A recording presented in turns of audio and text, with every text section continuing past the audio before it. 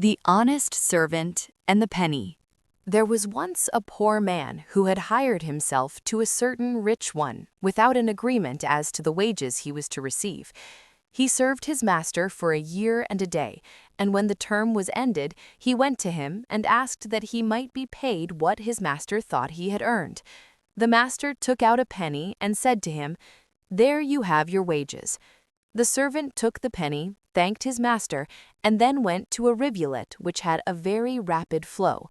When he reached the bank, he said to himself, "Good heavens, how does it come to pass that in a whole year I have only earned 1 penny? God knows whether I have earned no more than that. Therefore I will convince myself and will throw this little coin into the water. If it should swim, then have I earned it, but if it sink, then have I not earned it." Thereupon he crossed himself and said, "Merciful heaven, if I have earned this penny, let it float on the top of the water, but if not, then let it sink to the bottom." So saying, he threw the penny piece into the stream, and lo, it sank to the bottom at once.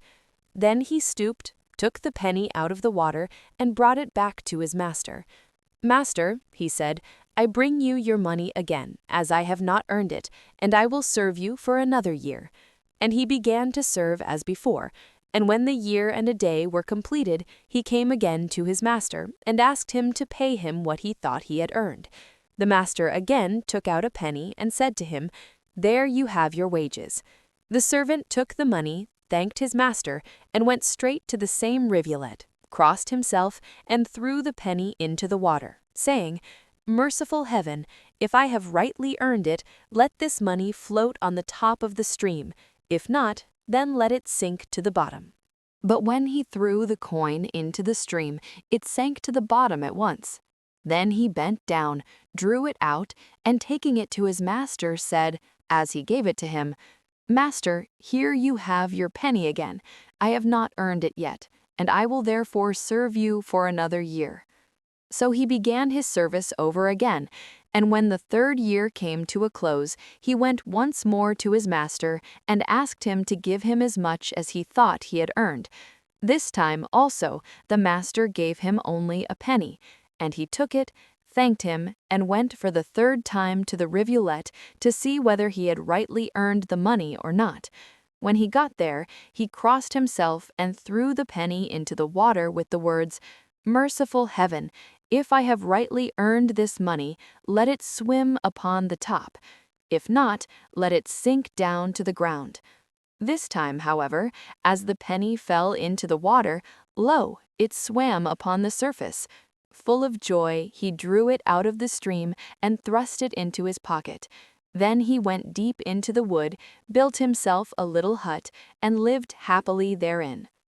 After some time, hearing that his old master was about to sail in a ship across the sea to another country, he went to him with his penny and begged of him to buy something with the money in the foreign land. The master promised to do so, took the penny, and set out on his journey. And while on his travels, he came once upon some children on the seashore, who carried a cat with them which they were about to kill and then throw into the water. When the master saw this, he hastened down to them and demanded, "What are you doing, children?" And they answered him, "This cat does nothing but harm, and we are going to kill it." Then he drew out the penny of his old servant and offered it to the children for the cat. The children were glad of the offer, took the penny, and gave the cat to the merchant. He, however, took the cat on board his ship and set sail. As he pursued his voyage, there arose one day a violent storm, which carried the vessel heaven knows where, so that for a whole 3 months he could not find his right way.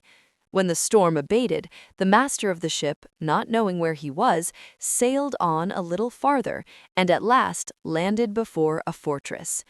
As soon as it was known in the fortress that a ship from a foreign land had come to shore, a great many people streamed down to see it, and one of them, a man of importance and very rich, invited the master of the ship home to supper.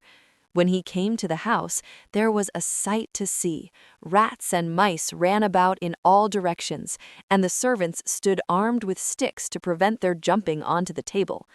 Then said the merchant to the master of the house, "For heaven's sake, brother, what does this mean?" And the other answered him, "It is always this way with us, brother. We can neither eat our meals at midday nor in the evening for these creatures. Even when we go to sleep, each of us has a box that he shuts himself up in, lest the mice should nibble his ears off." The master of the ship then remembered the cat he had bought for a penny, and said to his host, "I have an animal on board my ship, which in the course of 2 or 3 days would settle all these creatures." "Brother," replied the master of the house, "if you really have such an animal, give it to me. I will fill your ship with gold and silver if what you tell me is true." After supper, the merchant went on board his ship, brought the cat, and said to his host that they might now all go to sleep without getting into their boxes. But the people would not trust themselves to do this, and he alone slept without a box. Then he let the cat loose, and as she saw the rats and mice, she began to catch them and kill them, and to throw them all together in a heap. The rats and mice, however, as soon as they saw what she was, fled for shelter wherever they could. When the day broke and the people of the house got up, there was a great heap of dead rats and mice to be seen in the middle of the room, and only now and then would there run one or the other of them across the room, but they peeped timidly out of their holes. And after 3 days there was not one to be seen. Then the master of the house filled our traveler's ship with gold and silver in return for the cat, and the merchant set sail in his ship for home. When at last he reached his own house, his old servant came to him to ask what he had brought him for his penny. The master drew out a piece of marble, which was beautifully cut square, and answered, "See, this is what I have bought with your penny." The servant, rejoiced at the sight, took the stone, carried it into his hut, and made a table of it. The next day he went out to fetch wood, and when he came back, lo, the stone was changed into gold and shone like the sun. The whole hut was filled with its light. The honest servant was frightened at this. He ran to the master and cried, "Master, what is this you have given me? It cannot be mine. Come and look at it." The master went to the hut, and when he saw what a miracle heaven had worked, he exclaimed, "My son, I see now that it must be so. Him whom God helps, do all the saints help also. Come with me, and take your own." And herewith he gave him all that he had brought home with him in his ship, and his own daughter for a wife as well.